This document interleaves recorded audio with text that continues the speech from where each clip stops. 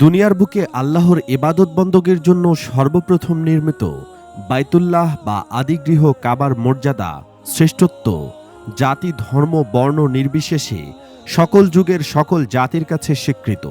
ইসলাম পূর্ব জাহিলি যুগেও মিল্লাতে ইব্রাহিমী তথা দ্বীনে হানিফের পবিত্র প্রতীক হিসেবেও ভক্তি, শ্রদ্ধার এবং গর্ব মর্যাদার প্রধান কেন্দ্ররূপে কাবা পরিগণিত হতো।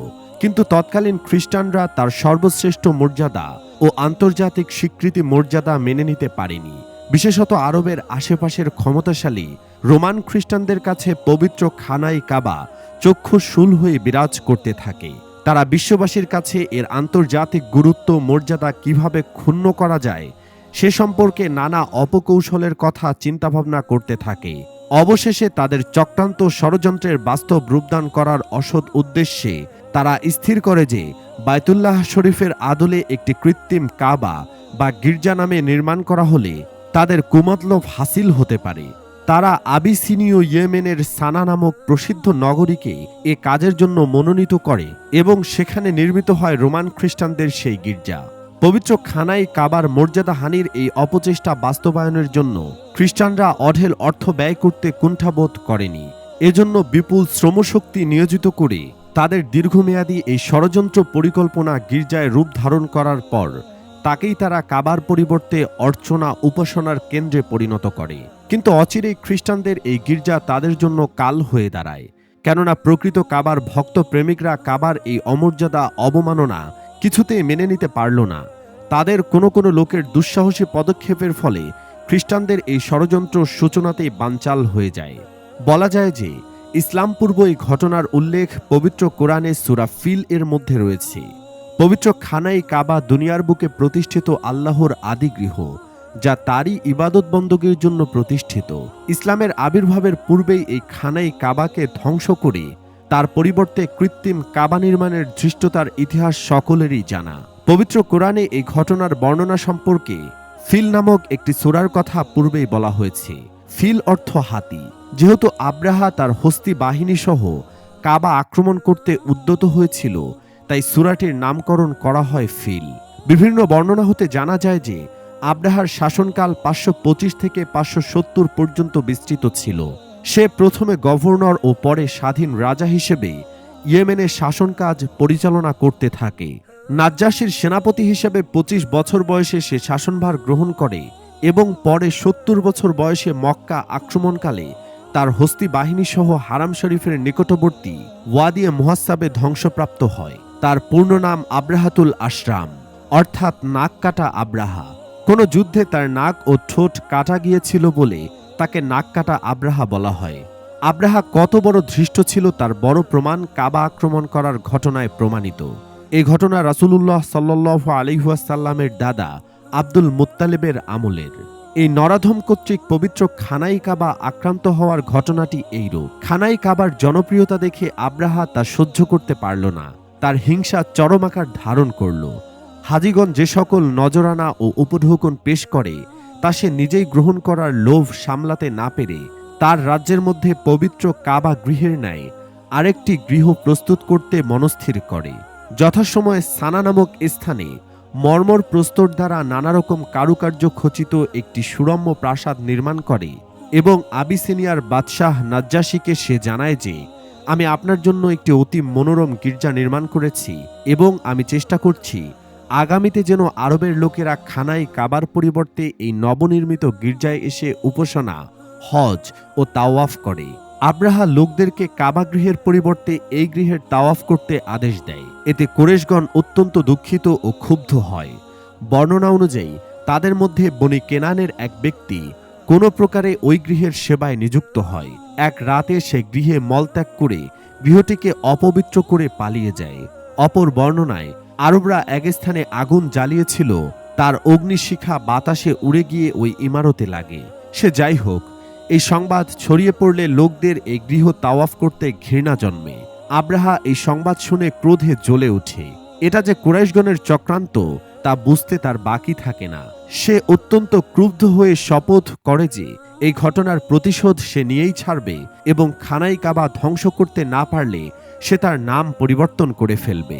আব্রাহা তার দ্বীনে ইব্রাহিম প্রায় বিস্তৃত হয়ে গেলে তাদের কাছে কাবার মর্যাদা ছিল সবকিছুর ঊর্ধ্বে। আব্রাহা যে উদ্দেশ্যে গির্জা নির্মাণ করেছিল সেই উদ্দেশ্য চরমভাবে ব্যর্থতায় পর্যবসিত হয়ে যায়। আরবদেরকে আকৃষ্ট করা সম্ভব ছিল না। সে ক্রুব্ধ বিক্ষুব্ধ হয়ে কাবা ধ্বংসের পরিকল্পনা করে। প্রথমে সে আবিসিনিয়ার রাজার নিকট থেকে হাতি সংগ্রহ করে, অতঃপর তার সৈন্য বাহিনীকে পবিত্র কাবা আক্রমণের নির্দেশ দেয়। আব্রাহা তার বাহিনীসহ কাবা ধ্বংসের জন্য যাত্রা করে মক্কা হতে কিছু দূরে অবস্থিত মোগাম্মাম নামক স্থানে পৌঁছে একজন নেতাকে নির্দেশ দেয় যেন সে আরবের সাথে সংঘর্ষ বাঁধিয়ে দেয় এবং প্রথমে আরবদের পশু পাল ধরে আনতে বলে। ইতিমধ্যেই যেসব আরব গোত্র আব্রাহার গতিরোধ করেছিল তাদেরকে সে পরাজিত করে। ওই সময় কাবার মোতাওয়াল্লি ছিলেন রাসূলুল্লাহ সাল্লাল্লাহু আলাইহি ওয়াসাল্লামের দাদা আব্দুল মুত্তালিব। আব্রাহার বাহিনী মক্কা অবরোধকালে তার 200 উট লুট করে নিয়ে যায়। যেসব আরব গোত্র তার গতিরোধ করেছিল আব্রাহা তাদেরকে পরাজিত করে হারাম শরীফের নিকটবর্তী ওয়াদিয়ে মুহাসসাব নামক স্থানে সৈন্য ও হস্তি বাহিনীসহ অবস্থান করে।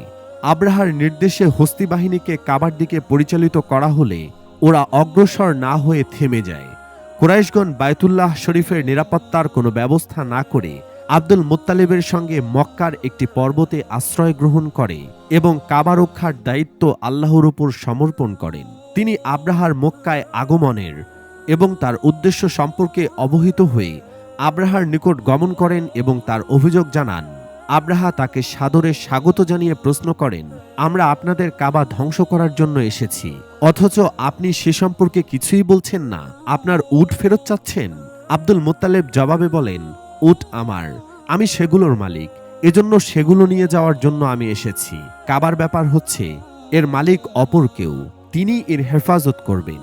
এতে আব্রাহা স্তম্ভিত হয়ে তার উটগুলো ফেরত দেয়।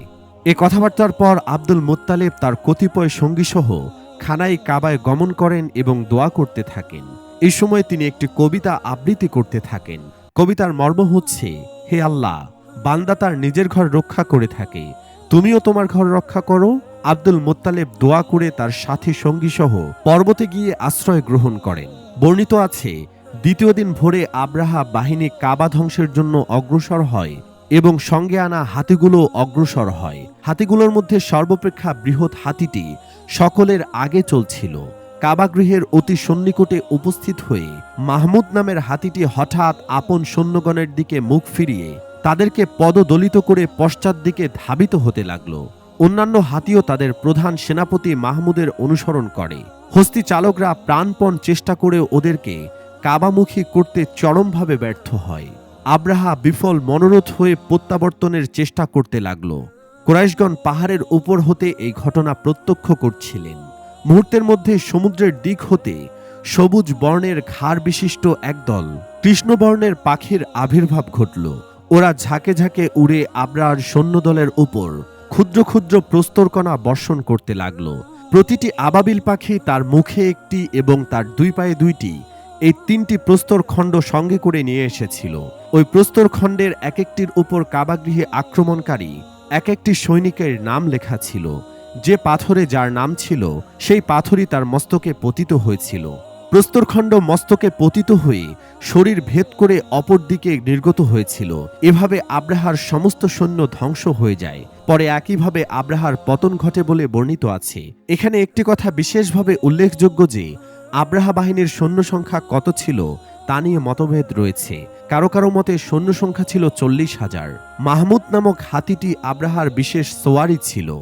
অবশ্য প্রাচীন আরব কবিদের রচনায় আব্রাহার সৈন্য সংখ্যা 60,000 বলে উল্লেখ করা হয়। এসব কবির মধ্যে আব্দুল্লাহ ইবনে জারিরের নাম বিশেষভাবে উল্লেখযোগ্য। বলা হয়ে থাকে 525 খ্রিস্টাব্দে জেনারেল আরিয়াদ 70,000 সৈন্য নিয়ে আক্রমণ চালিয়েছিল। এজন্য কোনো কোনো ঐতিহাসিক মন্তব্য করেছেন যে আরব কবির বর্ণনায় আশ্চর্যের কিছু নেই, কেননা সৈন্য সংখ্যা উক্ত কবির মতে সঠিক। কারণ আব্রাহা ছিল আরিয়াতের নায়েব ও হত্যাকারী। সে ইয়েমেনে 10,000 সৈন্য রেখে 60,000 সৈন্য নিয়ে মক্কায় এসেছিল। এই 60,000 সৈন্যের মধ্যে কেউ রক্ষা পায়নি, সকলেই নিহত হয়েছিল। কেউ কেউ মুমূর্ষু অবস্থায় প্রত্যাবর্তন করলেও শেষ পর্যন্ত তারাও মারা যায়।